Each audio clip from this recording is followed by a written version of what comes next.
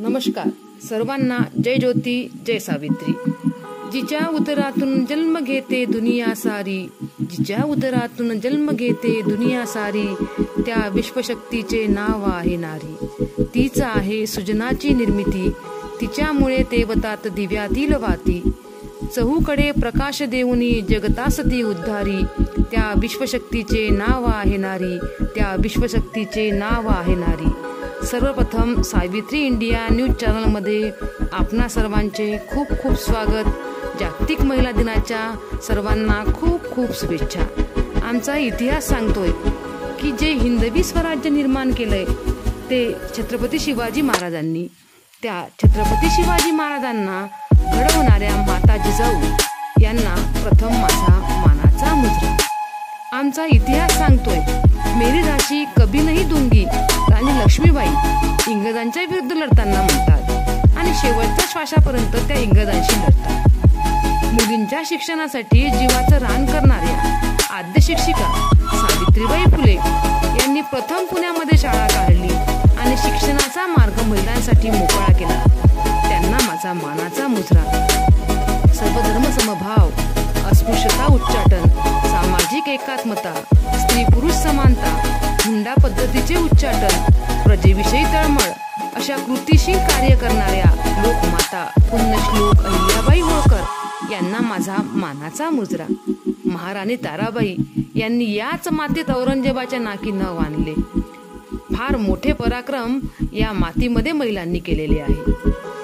आजच्या काळातही असे एकही क्षेत्र नाही की ज्या ठिकाणी महिला पोचलेल्या नाहीत. पोलीस दल असो, इंडिया आर्मी असो, डॉक्टर महिला असो, वैमानिक असो, अशा प्रत्येक क्षेत्रामध्ये महिलांनी आपली उत्तुंग भरारी घेतलेली आहे. 8 मार्च हा महिला दिन म्हणून का साजरा केला जातो याविषयी थोडी माहिती जाणून घेऊया. 8 मार्च 1908 साली न्यूयॉर्कमध्ये वस्त्र उद्योगातील कारखान्यामध्ये अनेक महिला काम करत होत्या, परंतु त्या महिलांना कामाचा योग्य तो मोबदला मिळत नव्हता. त्यासाठी त्या ठिकाणी महिलांनी एक मोठे आंदोलन उभे केले. ते जगातील पहिले आंदोलन होते आणि नंतर पुढे सगळ्या महिला प्रतिनिधींना एकत्र करून 1910 साली क्लारा झेटकिन यांनी पहिला जागतिक महिला दिवस साजरा केला आणि तेव्हापासून 8 मार्च हा जागतिक महिला दिन म्हणून साजरा केला जातो. महिलांचा सन्मान हा झालाच पाहिजे. तर आपला भारत हा महासत्ताक नक्कीच बनल्याशिवाय राहणार नाही. पण महिलांचा सन्मान झालाच पाहिजे याला इतिहास साक्ष आहे.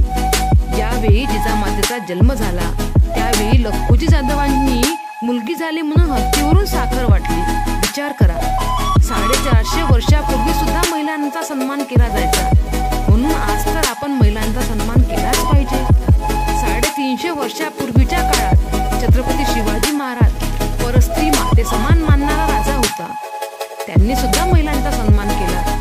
म्हणून महिलांचा सन्मान हा झालाच पाहिजे. एक महिला हजारो मुलांना घडवू शकते. एक महिलाच आपल्या मुलाला योग्य प्रकारे घडवू शकते. नारी शक्तीचा विजय असो, नारी शक्तीचा विजय असो. जन्मा येण्याचं कारण स्त्री, नात्यामधली गुंफण स्त्री, दुःखाला लिंपण स्त्री, मायेचं शिंपण स्त्री, झिजतानाही दरवळणारं देव्हाऱ्यातलं चंदन स्त्री, सर्वार्थाने या जगाला मिळालेलं वरदान स्त्री, या जगाला मिळालेलं वरदान स्त्री. जय हिंद, जय महाराष्ट्र, जय जिजाऊ, जय शंभूराजे. धन्यवाद.